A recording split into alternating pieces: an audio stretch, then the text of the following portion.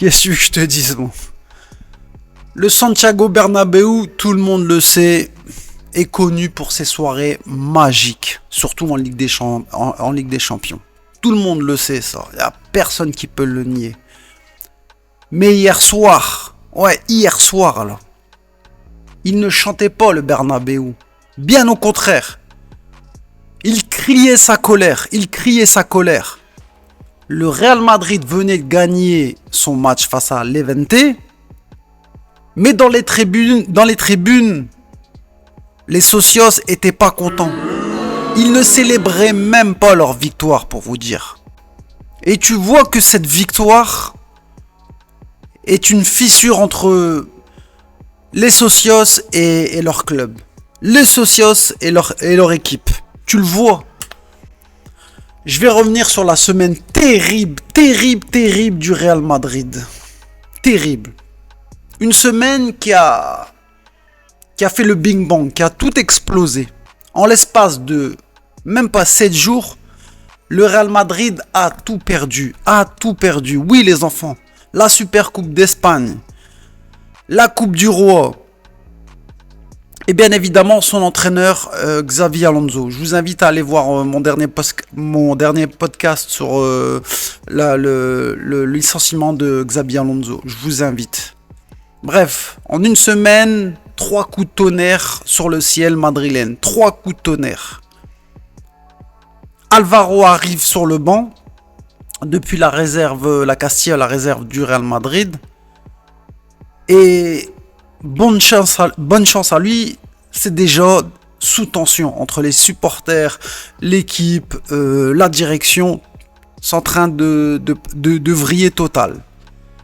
Il hérite d'une équipe comme un navire en pleine tempête au milieu de l'Atlantique. Bonne chance à lui encore. Bonne chance à lui. Le moteur, il tourne, il n'y a pas de souci. Mais tu vois que la boussole, elle est claquée au sol. Tu sais plus quelle direction prendre. Il n'y a plus de boussole, il n'y a plus de direction. Bonne chance à lui. Je vais revenir sur le match du Real. Hier, la victoire face à Levante. Cette victoire, honnêtement, elle a un goût amer. Elle a un goût coincé là d'aspirine sans colorant, quoi. Tu vois, bof, quoi. C'est du yaourt nature. Pour son premier match, Alvaro Arbeloa, pour son premier match et son anniversaire, 43 ans, hier, 43e anniversaire, Arbeloa gagne 2-0 face à Levante.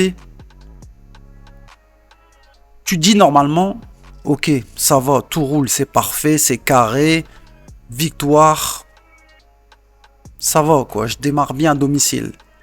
Mais dans la réalité, là, dans la vraie vie, c'est pas ça. Tu sens que l'ambiance, elle est glacée, elle est glaciale. Les joueurs sont sifflés. Les visages sont fermés. Tu vois que c'est dur. Le public, les socios sortent les mouchoirs blancs. Le Bernabéu ne fête pas la victoire. Le Bernabéu règle ses comptes envers la direction et certains joueurs. Et la cible principale de cette colère du Bernabéu, c'est Florentino Pérez. Florentino Pérez, oui, le président du Real Madrid, qui aura sûrement plus tard le Bernabéu va peut-être porter son nom un jour, qui a fait ramener les Galactiques. Florentino Pérez, qui est président depuis 2009. 2009. Ça fait plus de 15 ans qu'il est président dans ce club, où il a tout gagné, où les Galactiques, c'est lui, c'est son projet. Il a construit, il a dominé l'Espagne et l'Europe. Mais ce soir-là, samedi soir, Florentino Pérez était sous le feu. Oui, sous le feu. À l'extérieur du stade, dans la ville, il Il y avait des banderoles affichées avec des présidents démission. Oui, oui, oui. À l'extérieur du stade, en ville, des banderoles un peu partout avec des Florentino Pérez démission. Le mec, il a tout gagné avec son club. Les Galactiques, c'est lui, je répète. Il a dominé l'Espagne, il a dominé l'Europe. Et c'était chaud pour ses fesses toute cette semaine. Et pour la première fois, depuis longtemps, enfin depuis je sais même pas combien de temps même, je sais même pas si c'est déjà arrivé, Florentino Pérez, tu sens qu'il n'a plus le totem d'immunité. Tu sens qu'il est plus sur son piédestal avec les socios. Pour la première fois de sa présidence. Dans les tribunes VIP, là, dans les loges, tu vois sa tête, il sourit. Mais c'est un sourire masqué, c'est un sourire crispé, terne. Tu sens que Florentino Pérez, capitaine du navire, il est en eau trouble. Il est en eau trouble et ça commence à devenir dangereux. Pour la première fois, Florentino Pérez est contesté en tant que président du Real Madrid. Arbeloa, lui, avant le match, il a senti cette tension. Il a essayé d'apaiser les tensions, de calmer les supporters du Real Madrid. Il évoque des légendes du Real, du club, Juanito, avec des phrases mobilisateurs de soutien. Mais tu sens que les mots, les socios n'en ont rien à foutre. Tu sens que les socios ne sont pas d'humeur à écouter des souvenirs du passé. Ils s'en moquent complet. Et il y a un effet marquant sur ça, c'est l'arrivée du bus. Oui, l'arrivée du bus. L'arrivée du bus, habituellement, c'est un sacre entre guillemets. Il y a des chants, les socios donnent beaucoup de force, beaucoup de courage à leur équipe, ça vient en famille, c'est vraiment... il y a vraiment un soutien des socios du Real Madrid à l'arrivée du bus. Vraiment. Mais hier soir là, c'était froid, c'était hostile pour les joueurs du Real Madrid. Honnêtement, limite c'était hostile et dangereux pour eux. Dites-vous bien, même sur le terrain, pendant l'échauffement, dites-vous bien,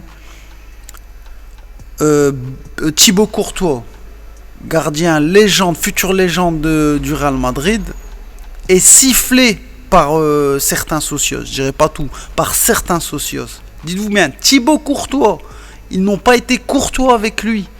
Ils l'ont sifflé, le mec le plus sympathique de l'histoire du Real Madrid, future légende du Real Madrid, a été sifflé pendant l'échauffement. Ça devient ouf. Le message est clair, les enfants, le message est clair. Personne n'est protégé au Real Madrid, personne. Dès que les joueurs rentrent sur le terrain, les supporters montent les décibels de leur frustration, de leur colère. Trois noms sont concernés en particulier, 3 noms, surtout. Vinicius Junior, Jude Bellingham, Fede Valverde, ces trois-là, vaut mieux pas qu'ils marchent dans les rues de Madrid. Il peut arriver des bricoles pour eux. Ils ne sont pas à la hauteur. Voilà pourquoi. Ils ne sont pas à la hauteur dans cette moitié de saison. Ils ne sont pas à la hauteur du Real Madrid. Voilà. Et quand ces joueurs-là, de ce standing-là, sont pas à la hauteur, honnêtement, les socios te le fait comprendre tout de suite. Hier soir, il y avait un seul gars qui était épargné par les socios. Une seule personne, un seul nom. Kiki de Bondy, Kylian Mbappé. Kylian Mbappé, c'était le calme au milieu de la tempête. C'est le seul joueur qui a échappé au huée des socios. Kylian Mbappé. Il a provoqué un penalty, il a marqué et surtout, il apaise. Il demandait au public d'arrêter de siffler. Kylian Mbappé, c'était comme un phare dans la nuit. Il te montrait la lumière, le chemin à prendre. T'avais un mec qui a tenté de faire ça aussi. À la fin du match, après la victoire. Vinicius Junior, tu sens que c'est pas la même chose, c'est pas la même musique du tout. Pourtant, il essaie de faire le premier pas, Vini. Hein. À la fin du match, tu vois, il va voir les supporters, il lève les bras, il applaudit. Mais rien, ouelou, nada. Et il a bien senti Vini. Il est reparti tête baissée dans les vestiaires. Le premier à rentrer dans les vestiaires, c'est lui, tête baissée. Vini, c'est un génie du football. Avec c'est un joueur highlight. Il peut te faire des différences à tout moment. Mais tu sens que la relation, elle devient, avec les socios et avec le Real, ça devient très compliqué pour lui. Très compliqué, surtout depuis l'histoire du Ballon d'Or, où il n'a pas reçu. Il est vraiment... C'est les montagnes russes avec lui. Et son nom sort souvent dans les polémiques du Real Madrid. Tout Vini qu'il est, ça devient très compliqué pour lui au Real Madrid. Honnêtement. Mais dans ce marasme là, entre le Real et ses socios, hier soir là, la victoire contre le Levante, il y a eu 3 jeunes qui ont brillé et qui ont été applaudis par les socios. C'était leur réconfort. Gonzalo Garcia applaudi. Raúl Asensio buteur et ovationné. Et le jeune retour de Arda Güler, brillant et homme du match. Applaudi, ovationné.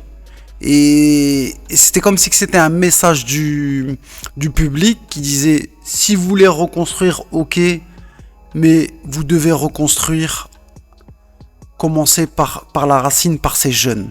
Tu sens que, voilà, Arbeloa a gagné, mais honnêtement, lui-même, il le sait, c'est un ancien joueur du Real, homme fort du Real de Mourinho. Il sait que le plus dur commence pour lui. Honnêtement, faudra pas mitonner. Il devra rassembler un vestiaire divisé, réconcilier le public, les socios avec ses stars et redonner une âme au Bernabéu. Voilà les missions la tâche, la grosse tâche de Álvaro Arbeloa. Parce que au Real Madrid, gagner ne suffit pas. Il faut convaincre. Et hier soir, là, le stade a parlé. Pas avec des chants, mais avec un avertissement. À la Madrid et nada más. Portez-vous bien. À plus. Ciao.